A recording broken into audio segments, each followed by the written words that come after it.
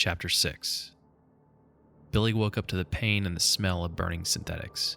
He opened his eyes, blinking, assessing his surroundings as quickly as his muddled mind could manage, which wasn't very quickly at all. He was on his back, looking up at a high, blank ceiling. Firelight flickered all around him, shadows of rubble and rock dancing across part of the wall to his left. Somehow, he was inside. The brakes, the train. Rebecca? That woke him up. He pushed himself to a sitting position, was surprised and relieved to realize he had a strained shoulder and a few scrapes, but nothing worse. Rebecca? He called and coughed. Wherever he was, the billowing smoke from the wreck was starting to build up. They had to move. He stood, cradled his right arm as he looked around. The train had crashed into a warehouse. It looked like a giant empty space, concrete, a scaffolding off to one side, a few hooded lights overhead. It wasn't very well lit, but when he looked down, he saw a dented track beneath his feet and realized they had probably crashed into the train's maintenance terminal, wherever that was. Rebecca? He called again, surveying the wreckage. There were numerous piles of blasted concrete and puddles of burning oil all around. The engine was on its side.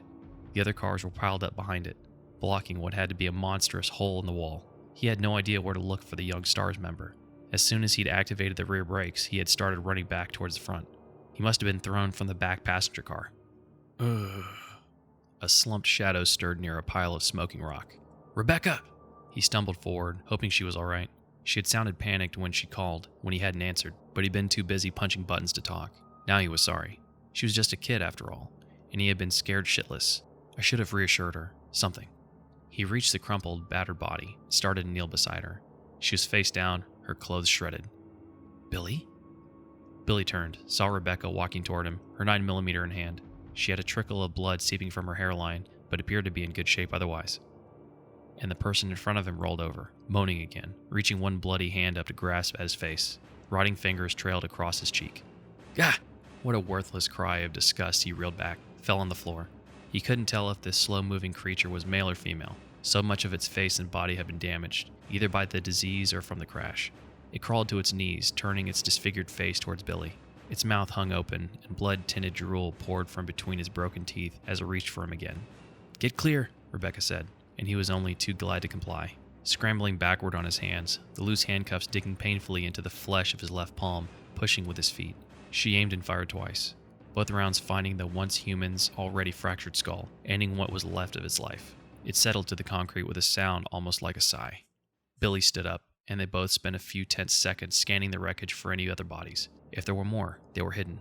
Thanks, he said, looking back at the pathetic creature.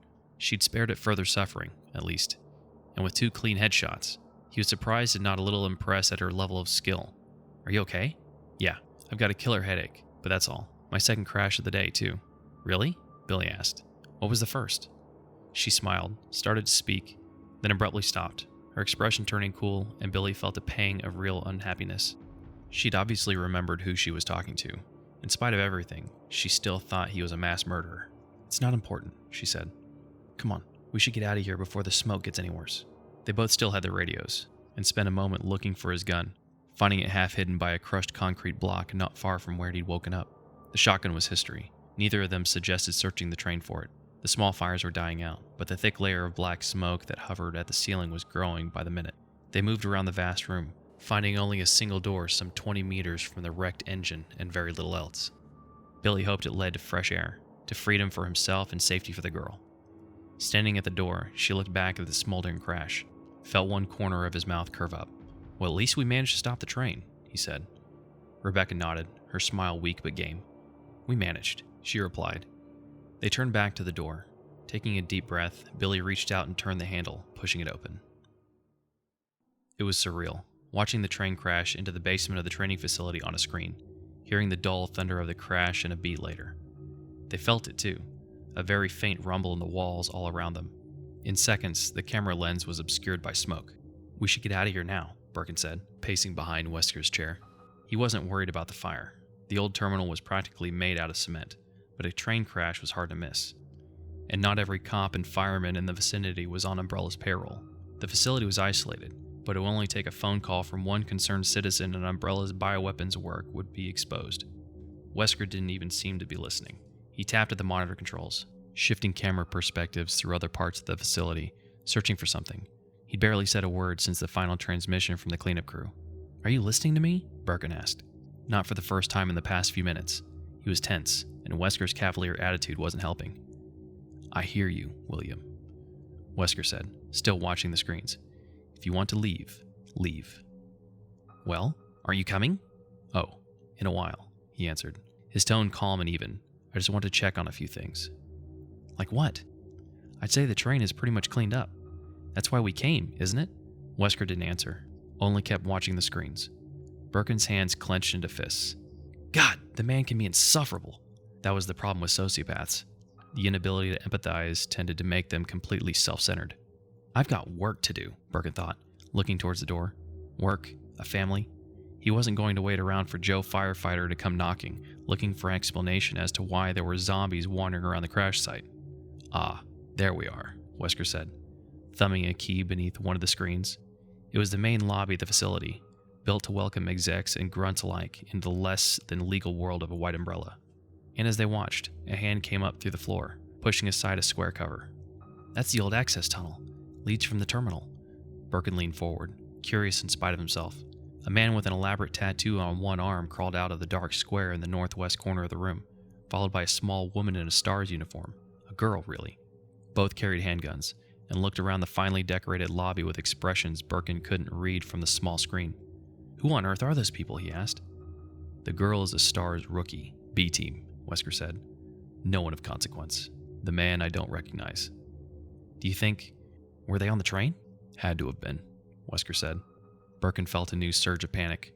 "What are we going to do?" Wesker glanced up at him, one eyebrow arched. "What do you mean?" She's with S.T.A.R.S, and who knows who he's working for. What if they escape?" "Don't be obtuse, William. They won't escape. Even if the facility wasn't locked down, the place is overrun with carriers. And all they have to do is open a door or two, and they will cease to be of any concern." Wesker's bland tone was chilling, but he had a point. The chances of anyone getting out of the facility were slim to none. As they watched, the two intruders moved carefully around the big room, one of the only rooms in the building free of the infected, both sweeping their weapons side to side. After a thorough check, the girl walked up to the grand staircase, stopped at the small landing mid-floor. There was a large portrait there of Dr. Marcus, and the girl seemed surprised by it, as though she recognized him. The tattooed man joined her, and Birkin could see him reading aloud the small plaque beneath the portrait. "Dr. James Marcus, first general manager." Birkin shifted uncomfortably. He hated that picture. It reminded him of how he'd gotten his real start in Umbrella, not something he'd like to think about. "Attention, this is Dr. Marcus." Birkin jumped, looking around with wide eyes, his heart pounding. Wesker didn't flinch, but turned up the sound on the console's ancient intercom as the voice of a man 10 years dead rang through the empty spaces in the corridors of the entire complex. "Please be silent as we reflect upon our company's motto. Obedience breeds discipline. Discipline breeds unity. Unity breeds power. Power is life." The man and the woman on the screen were looking around as well, but Birkin barely glanced in their direction. He grabbed Wesker's shoulder, unnerved. It was a recording, one he hadn't heard since he and Wesker had still been students at the facility. "Where? Who?" Wesker brushed his hand away, nodding toward the screen where the picture was fading. It seemed to blink, and then they were looking at a young man in another direction. Birkin didn't recognize the room, but the young man staring back at them seemed almost familiar.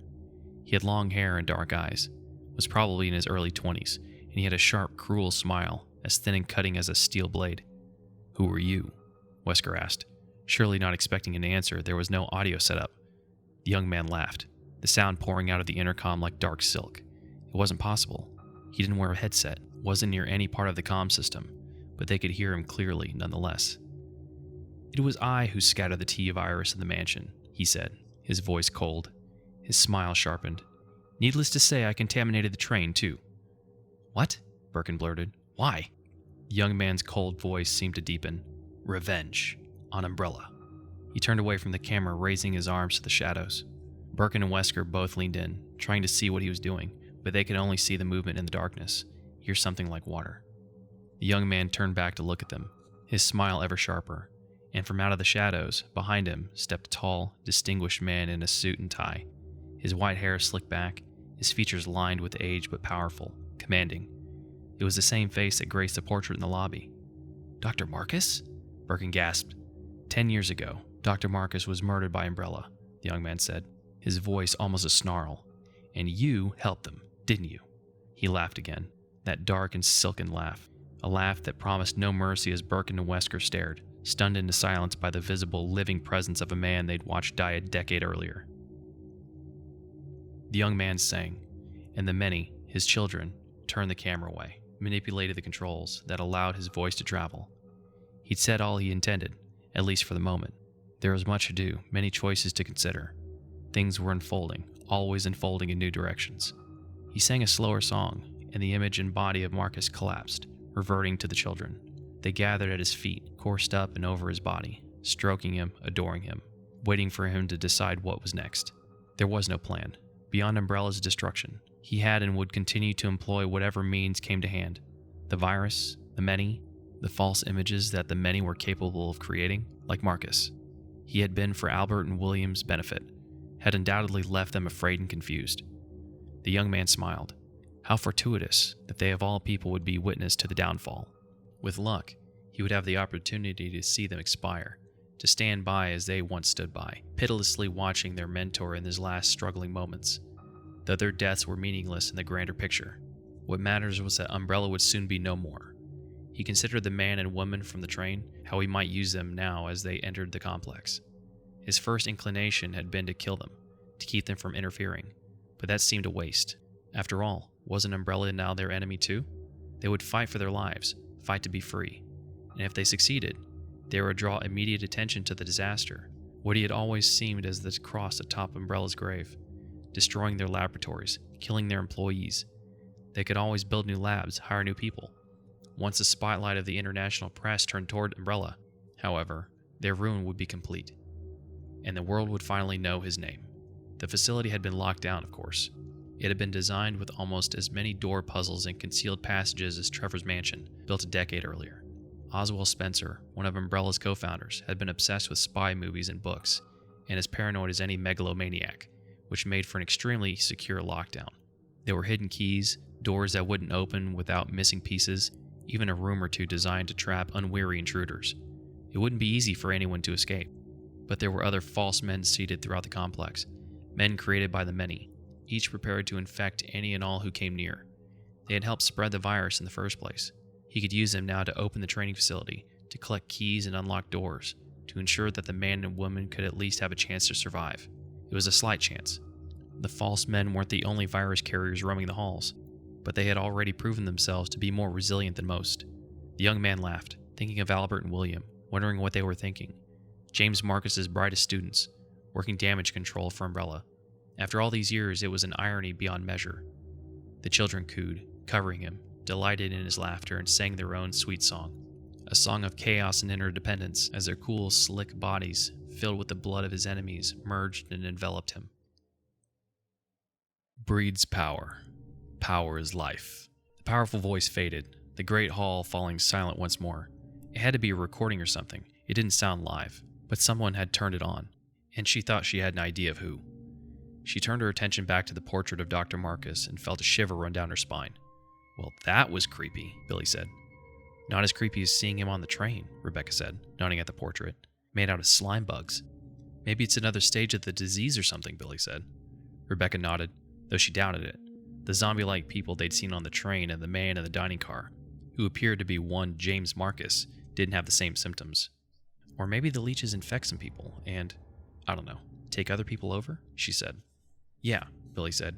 He ran one hand through his hair and smiled at her, a surprisingly pleasant smile. Anyway, you should probably find a phone or something. Call your friends in. His tone was dismissive. Rebecca's hand tightened on her 9mm. What are you going to do? Billy turned and started down the staircase, his step light. Thought I might take a walk, he called back to her. She followed him as he walked to the front door, not sure what to do, what to say. She seriously doubted that she could shoot him, not after he'd saved her life, but she couldn't just let him leave either. I don't think that's such a good idea, she said. He pulled the door open. Cool, humid night air swept in, though the rain had turned to drizzle. Much as I appreciate the concern, I think I've earned a head start, don't you? So let's just... He stopped in mid-stride, in mid-sentence, looking out at the rain-swept landscape in front of them. The facility, it seemed it had been built on the side of a hill. In front of them was a paved walkway, big enough to be a road, that stretched out 10 meters. and then ended abruptly, falling off into nothingness. Together they walked out to the edge of the path. There were light posts on either side of the front door, only one of them working, but it was enough to see that without a rope, neither of them was going anywhere. The path ended in a jagged line of rubble atop a steep slope that dropped down at least 5 meters, probably more. It was too dark to tell much of anything. "You were saying?" Rebecca said. "So I'll find another door," Billy said, turning back to look at the building. It looked like an estate, was certainly decorated like some stuffy billionaire's weekend getaway, but they'd both seen the Umbrella Training Facility logo stamped on the polished marble floor. Rebecca figured it was like an executive retreat or something. It had an air of abandonment, but the place had power, lights. Of course, all they'd seen so far was where the train had crashed, the extravagant lobby, and a half-submerged tunnel that connected the two. Not much to go on. "I saw at least 2 in there, not counting whatever's on the top of the stairs," he continued. "And if all else fails, maybe I can crawl back out through the train. Assuming my friends don't show up first," Rebecca said. She stepped back, picked up her radio, and hit the transmit signal. Billy's radio beeped in response, but that was the only response. After a long moment of radio silence, the only sound of that of rain dripping off distant trees, Billy smirked. "Assuming you find a phone." God, he was irritating. She turned and started back for the house, slightly amazed as she reached the door that she felt safe enough to turn her back to him. Although if he'd wanted her dead, he'd already had ample opportunity. In spite of her intentions to the contrary, she was having trouble thinking of him as dangerous. Her instincts were telling her otherwise, and that was one of her first lessons that S.T.A.R.S taught. You might misread your intuition, but it was never wrong. He caught up to her as she stepped back inside, and they both stopped, staring. The painting of Marcus was gone. There was a doorway there now, a dark opening in the wall. From their angle, at the bottom of the stairs, there was no way to tell what was past the opening. She was about to tell Billy to hang back when he stepped in front of her, his weapon in hand. As he swept the area, his posture, his gaze at full alert, she was again struck by the strong feeling that he wasn't what he had originally appeared to be. "Not that I need to be protected." She moved to his side, surveying the room as she'd been trained, and together they headed up the stairs, stopping at the landing. The new entry opened onto a staircase headed down, a blank, barely lit corridor at the bottom. "Questions? Comments?" Billy asked, peering down. "Someone wants us to go down," she said. "Kinda what I was thinking, but I'm also thinking that might not be such a good idea." Rebecca nodded. She turned away from the opening, looking around at their options. There were 2 doors downstairs, one on the left wall, one on the right. On the second floor, she could see 4 more from where she was standing, and as she looked around, a loud thump came from somewhere behind them, from somewhere down that blank, dark hallway. It sounded like something very soft and very heavy, falling to the floor. Without speaking, they both edged away from the opening. "So, what say we extend our truce for a little while longer?" Billy asked. And though his voice was light, he wasn't smiling. Rebecca nodded again. "Yeah," she said, wondering what they'd gotten themselves into, and what it would take for them to get out. End of chapter 6.